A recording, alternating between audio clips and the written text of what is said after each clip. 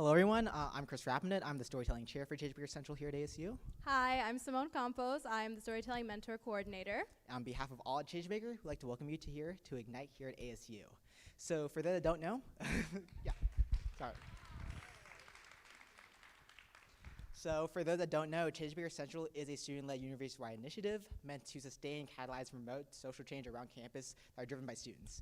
We do this through our 4 committees or pillars of service, sustainability, entrepreneurship and innovation, and civic engagement. Our Storytelling Committee is underneath our Civic Engagement pillar, and we handle all the programming for Changemaker Storytelling that allows students and members of the community to share their stories, their ideas, and their passions with us. So before we begin tonight, we want to show a land acknowledgement video that is brought to us by the Alliance of Indigenous People.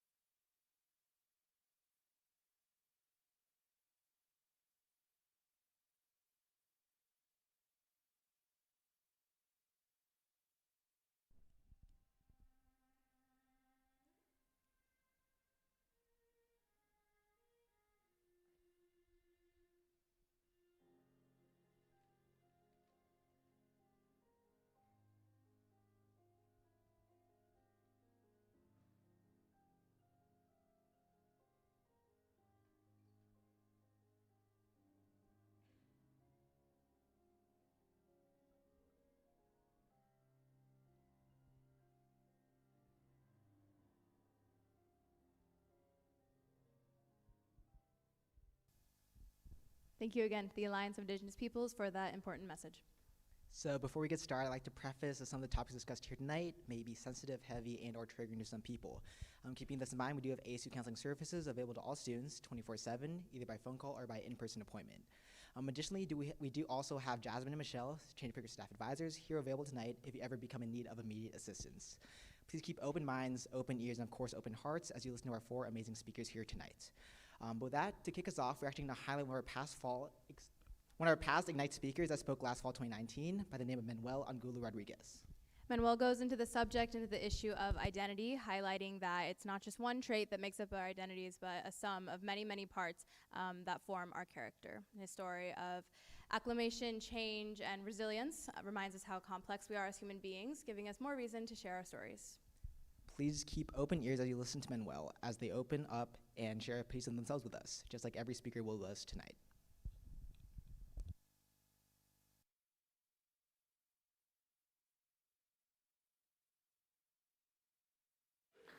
I came to this country about 2 years ago. Among all the different aspects of American life that I had to adapt to, creating new friends was a especially difficult task. In the beginning of high school, I felt isolated. I could not relate to any of my classmates as they had lived very different lives than I did. They seemed to care very little for who I was or where I came from. Until one day, I discovered that there was one topic that they always seemed eager to talk about: the fact that I'm gay, yet don't appear to be. It was as if being someone who sucks dick but looks straight was like being this exotic animal at the zoo that everyone loves to look at. I even used this for a while to attract people and socialize, until one day it doomed to me how unimportant I felt. Everyone saw the exotic animal, but not the person behind it. People didn't care for me, but for my sexual orientation. And that is not to say I am at any level ashamed of it. I just consider my gayness as just a portion of who I am. Driven by this feeling of wanting to be seen as the sum of my parts and not just by a piece of them, I created a poem. And at my school's artistic assembly, I was allowed to perform my work in front of the entire school, where I got a chance to express to them what it was like. Meeting people, I engage, we talk for a while. Sometimes the subject comes up, sometimes not. Confused, they ask, "You really are?" As if of some joke I was about. Yes, I assure them, I am gay. and they act like it's the news of the day. Now, I won't speak for all the gays as they haven't elected me to be their face, but I will represent myself. My name is Manuel, and this is my story. I'm an immigrant, and no, I'm not Mexican. I love to write as I love to read. Nothing fills me more than to help someone in need. My feelings are deep and sometimes get in the way of what I should be doing. I think and overthink and cause more trouble than if I weren't thinking. I often feel powerless because stuff happens no matter what I do. I came to this country not wanting to. Although I am grateful for the things I'm allowed to have here. I get to walk outside during the night, to contemplate and be dazzled by the stars and moonlight. I never got the chance to do that alongside my friends, because if we were out past dusk, we were most certain to end up dead long before the darkness that turned today. Here, I found a family who brought me in, loved me, and accepted me, even though we had never met before. But regardless of all of that, I exited my motherland by force. The air filled with jokes made by the people who out of everything that made fun. Almost everyone with whom I ever felt love, all of which I had to abandon. Walking to school was a daily risk. Taking the bus or the subway was never safe. Children starved to death while their mothers go through a trash for a piece of bread. A piece you could scarcely buy, even if you managed to find some. One of the most marvelous nations of the world, brought to ruins by the ambition of the corrupt.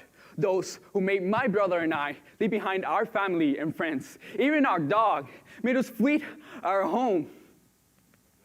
Before I left, I made a vow, holding tight the ones I love, although now I regret I never hugged them enough. I will return to Venezuela, down in South America.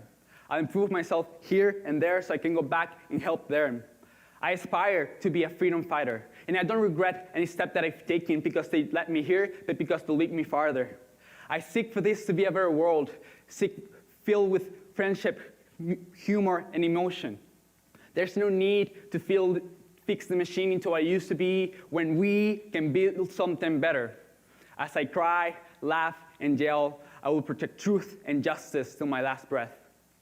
My name is Manuel. I have crossed the continent, and I got stories to tell. So, are you still shocked because I like males? See the little sense it makes? How unfortunate it would be if we all saw each other by just one piece of our identity. We are all a vast, complex, and convoluted story that is worth to be heard. The person sitting next to you is defined by more than just the one aspect you know them by. Their story matters, just like yours. We should all make sure our stories are heard. Gracias.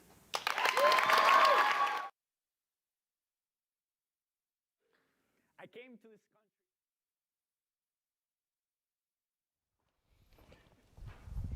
And with that, let me introduce our first speaker of the night, Mr. LJ Gomez. As an engineering senior here at ASU, LJ has always been passionate about getting involved, whether it be as a competitor for ASU speech and debate team, a writer and actor for ASU comedy, or even as a tour guide here for Devil's Advocates. However, one of the more niche opportunities LJ came across in the last few years here at ASU was involved with the International Rescue Committee. Whatever it is you learn from listening to him, LJ prefers to do something simple with his talk. Share a story, engage the audience, and above all, ignite. Ladies and gentlemen, LJ Gomez.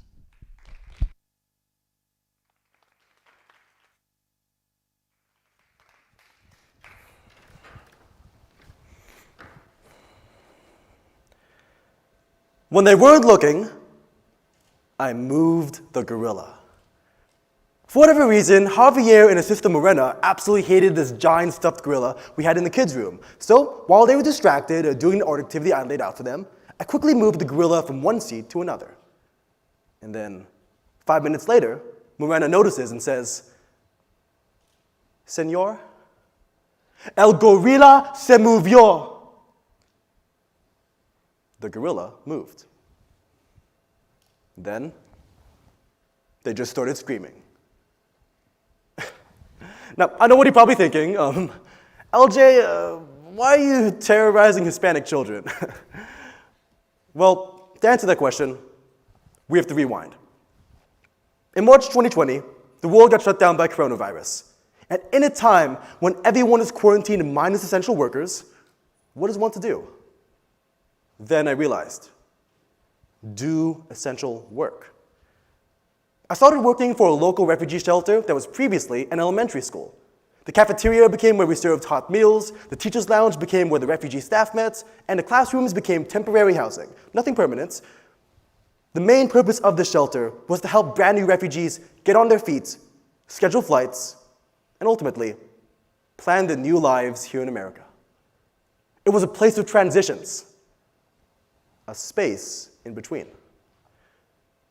Now, while Javier and Morena were originally from Mexico, we had folks from all over the world. Ethiopia, Egypt, Brazil. Oh, there was this one kid from Uganda named Izzy, and he was really, really cool.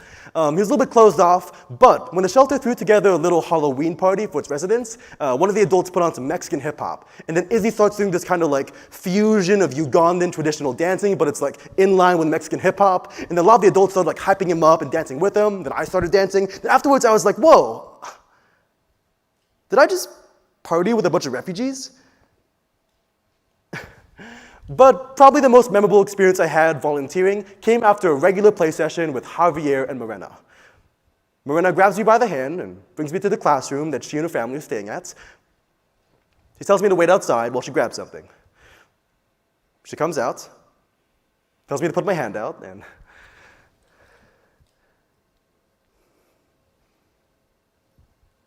she gives me a loose piece of chocolate. I say, muchas gracias, amiga, and she says, de nada, senor, and then she runs off to go hang out with her family.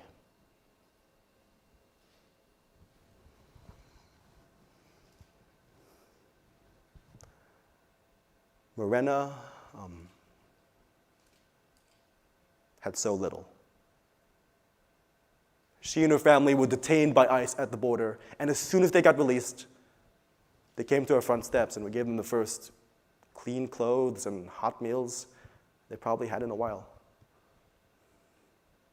And despite the fact that Morena had so little possessions, not even a home, she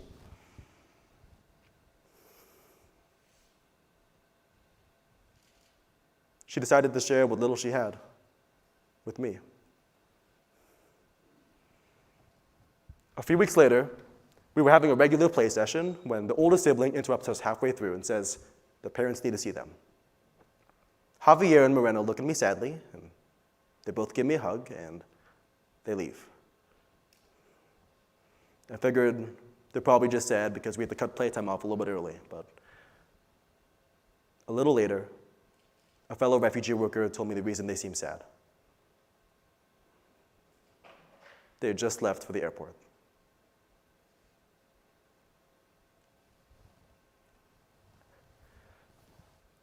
I understand why they didn't tell me.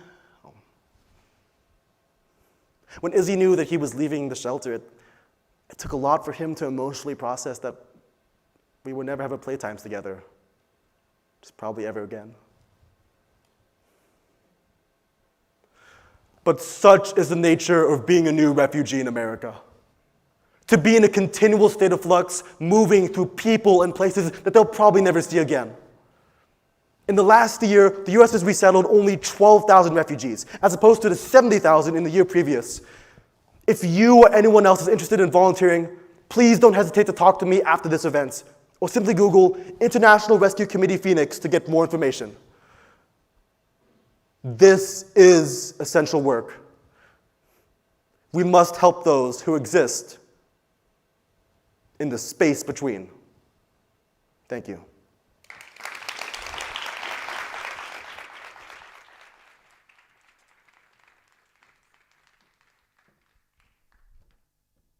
All right, our next speaker tonight will be Kane. Kyle is currently an upper division honors student studying biomedical engineering here at ASU. He is a nationally licensed paramedic and also an entrepreneur. His hobbies include rock climbing, cooking, and studying ocean marine life. One of his biggest goals and missions, as he likes to put it, is to help empower each other to accomplish the goals of today and to prepare for the challenges of tomorrow. Tonight, his talk will be focused on failure and how it is a necessary ingredient for achieving success. Kyle goes on over how in many instances in his life he had to fail forward to become the person he is today. Please welcome to the stage, Mr. Kane.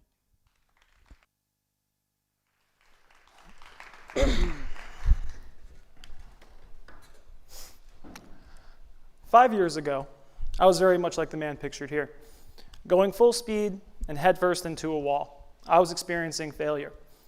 I wasn't sure exactly why or what was the reason for the failure I was experiencing, but I soon became to realize that in order for me to overcome this and become the success that I wanted to achieve and be in life, that I had to look at failure in a different way. And this took some time. This wasn't easy. I was kind of bogged down by a lot of the societal stigmas that are surrounding failure and everything that we kind of internalize when we experience failing at something. And it took me a while. It took me accessing resources and going to my support circles and really thinking hard and long about why I was hitting this wall and how I could overcome it. And what really changed for me is when I started to look at failure differently. I started to see it as the process to success. Success is kind of like a ladder. And with that ladder, there's certain rings. And on the way to achieve that kind of success, we often encounter failure. And it's how we deal with it and how we overcome it that really ends up being what determines if we achieve that highest rung that we determine as success, whatever that is defined for us. Now, as far as changing that perspective and seeing the potential I had within me, that was really difficult. That was hard. And I think a lot of people can relate to that. Sometimes we fail and we fail again. Who wants to get back up and try again? And what I realized, and what helped me to realize that, was what someone once said, as far as in our life, we have these different ecosystems, different communities, and sometimes in those ecosystems or communities, we experience a certain level of success, a certain level of failure, happiness, sadness. Pretty much all the emotions that a human can experience is within those different ecosystems and communities that we often identify with. Sometimes what we fail to realize, though, is that regardless of the success or the failure that we achieve in our work life, in our family life, in our social circles or hobbies, whatever that we really identify with as a part of who we are, we sometimes forget that we're individuals on the inside and that we have the capacity to overcome whatever failures that we might encounter. And mind you, this isn't easy to understand, or at least for me during that time in my life, because it takes risk and it takes you going outside of your comfort zone sometimes to keep failing and try again. And I think the most important aspect of that, though, is when you fail and kind of how this ecosystem community mindset comes into play, is that a lot of times we have to just believe in ourselves and what we're capable of. And I feel that's true with a lot of the great innovators, a lot of the great inventors, both past and present. Many of them had to fail, sometimes more than once. You can look at examples like Elon Musk or Thomas Edison or any of the people that are on this screen here today. Now, one of my favorite quotes from one of my favorite actors, Denzel Washington, when speaking to a group of students that were graduating from college was, you have to fail forward. And what that really means is when you fail forward, you see at least what's coming ahead. So if you fail a class or you fail a new job, now you know what you failed at. Instead of what we do often is we fail and then we take 2 steps back or 3 steps back or 4 steps back. And sometimes we may have to take those 4 steps back or 2 steps back, but take that 1 extra step forward. Another one of my favorite quotes is by Winston Churchill, who says, "Success is going from failure to failure without losing enthusiasm." And I think that's very true and something that we should inherently take to heart. My call to action to you today, though, is to take failure in, take success in. No one wants to fail, but it's an inevitable part of achieving that success that we want to achieve. Continue to go forward, continue to try, and as I like to say it, failure is the same as success with the wrong emotion attached to it. Sometimes it's a series of failures that make success what it is and make it mean more to us. Another thing I'd like to leave you with is always try, always fail. Because if you at least try and fail, you're doing more than most. Because some people and most people don't even bother to try. Thank you.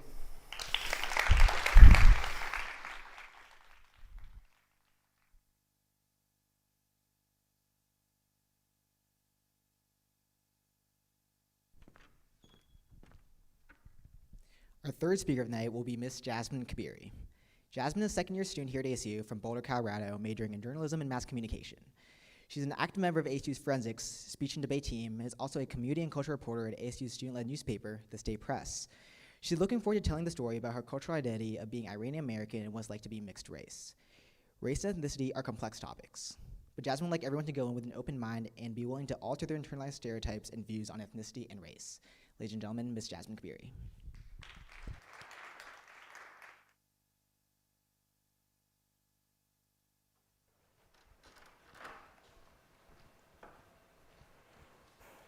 When I began my application to Arizona State University 2 years ago, I came across the question that always phases me on every application, form, or legal document.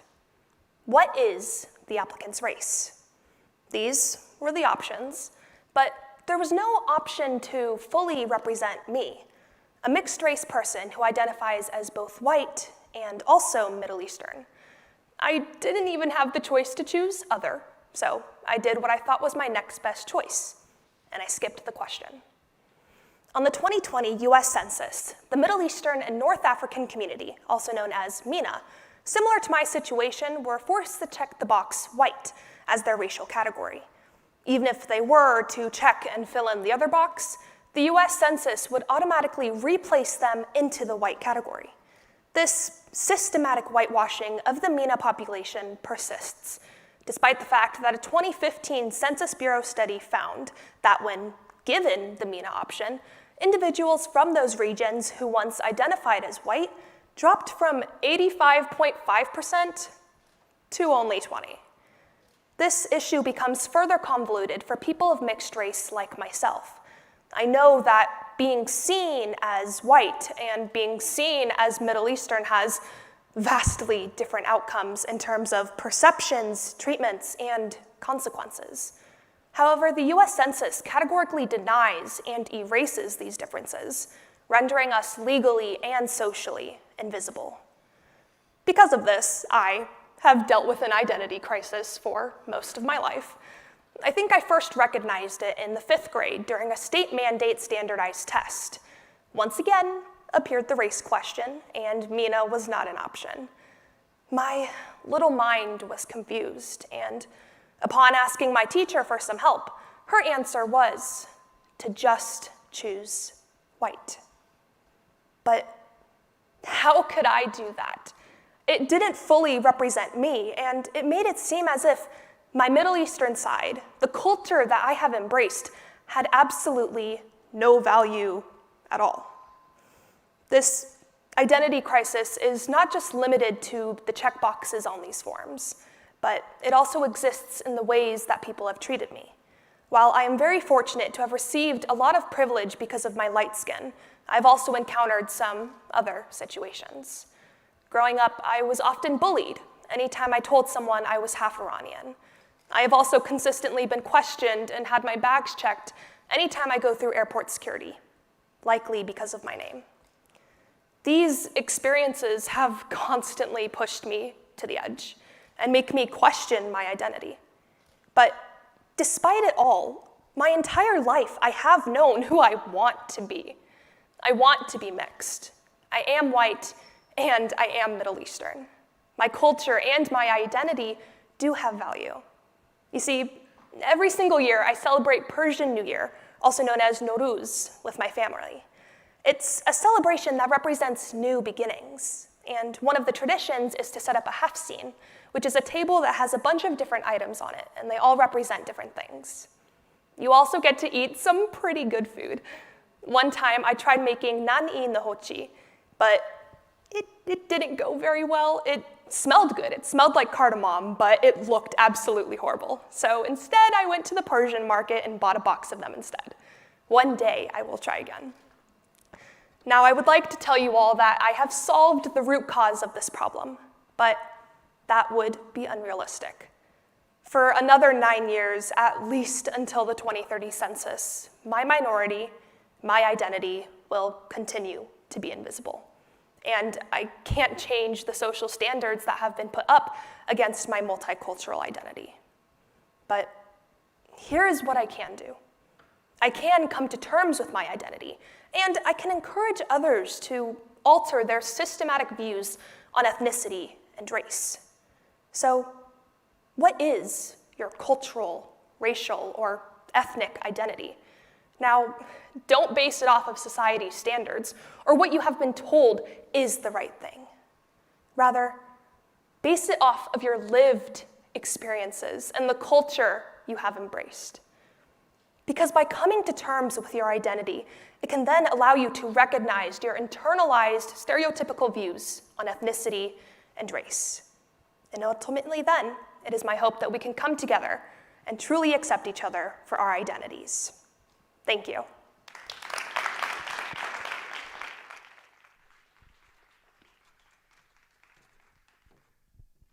All right, our final speaker tonight is Lynn El Harake. Lynn is a graduate Fulbright student studying urban planning at ASU. She moved to Arizona just a few months ago and is excited to share her story with you today.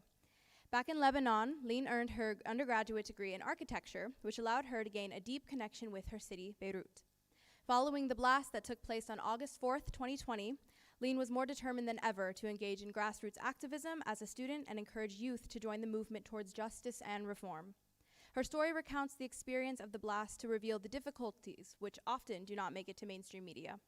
Lynn also hopes that the Lebanese people's solidarity in face of these difficulties can inspire action around the world. And so, she wants you to walk out with the call to collective action. Please welcome to the stage, Lynn El Harake.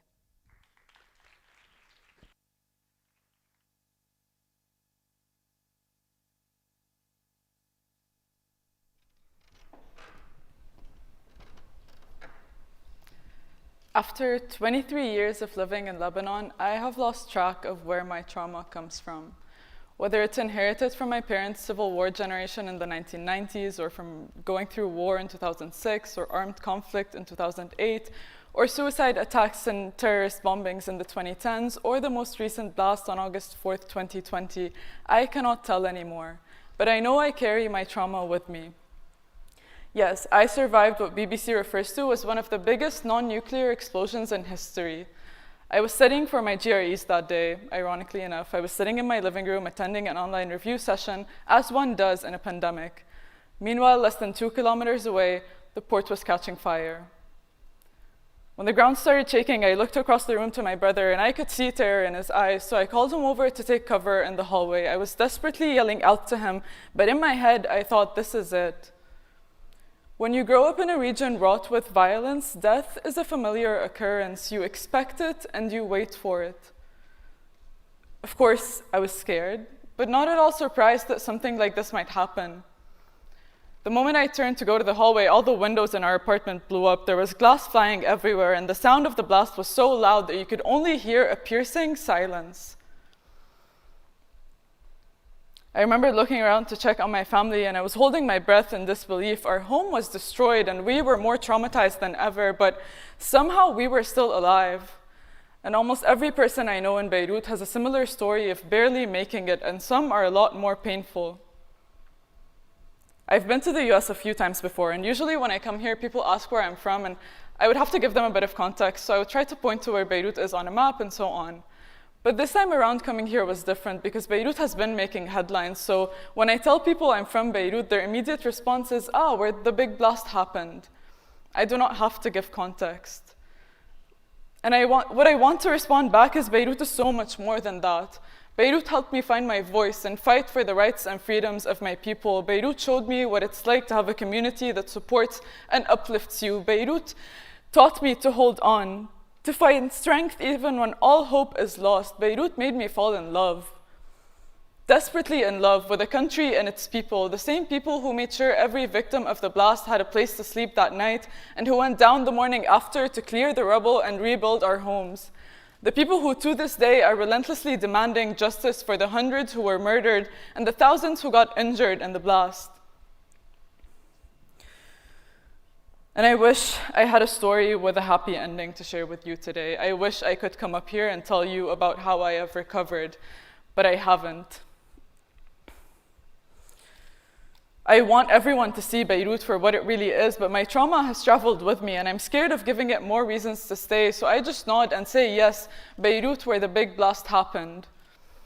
But it's been over a year now, and the situation in Lebanon is just as bad, if not worse.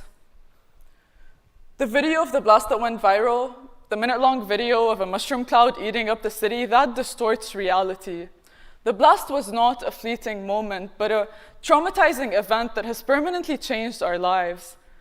The blast happened amid waves of political protests calling for reform, a crippling economic crisis, and a global pandemic. So while your new normal might be to wear a mask indoors, my friends and family's new normal is to live on shortages of food, medicine, water, electricity, and just about everything else. So if I'm being honest, I do not know how to be okay with this. My first few weeks here, I felt dissociated, and in a lot of ways, I still am. And dissociation is terribly comfortable. Terrible because it forces us to give in justice for peace and lose so much of ourselves in the process. And I know you've probably felt the same way at some point when you watch the news or read a headline of a tragic event happening somewhere in the world and you want to do something about it, but it's so much easier to just shrug your shoulders, shake your head, and hope that someone else would do the right thing. But what if they don't? The Lebanese government knew that the blast would happen, and they did nothing to stop it. Can you imagine the lives that would have been spared and the destruction that could have been avoided if they had just done their job? And the investigation on the blast is still ongoing, but we know.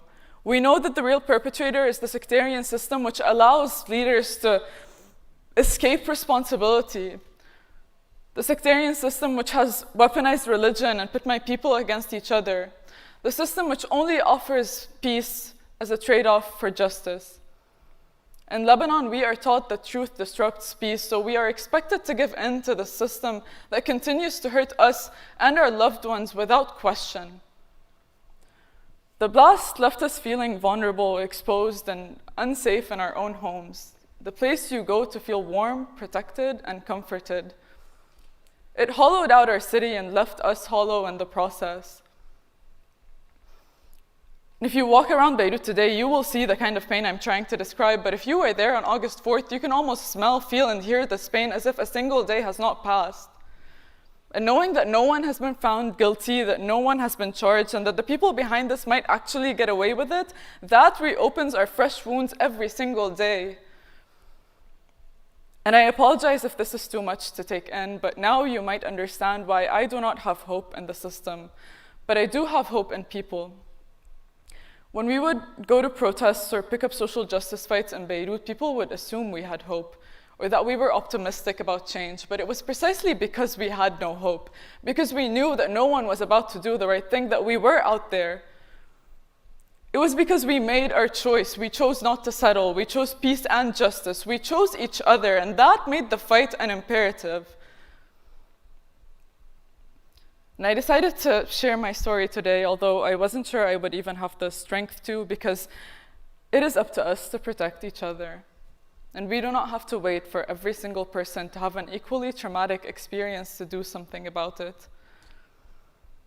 All matters of injustice are interconnected, and if we really wanted peace and justice, then the systems that incite violence, discriminate, and exploit people, they all have to be properly reformed, and that takes global solidarity.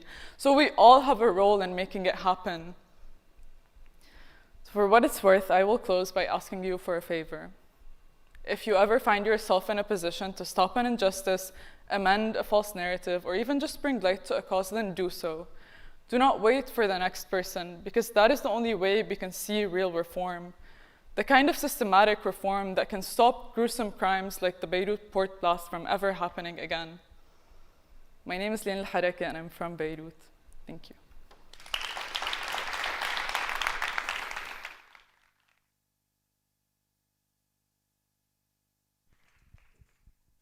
All right, everybody. Thank you again so much for coming. Can we get one more big round of applause for all of our speakers?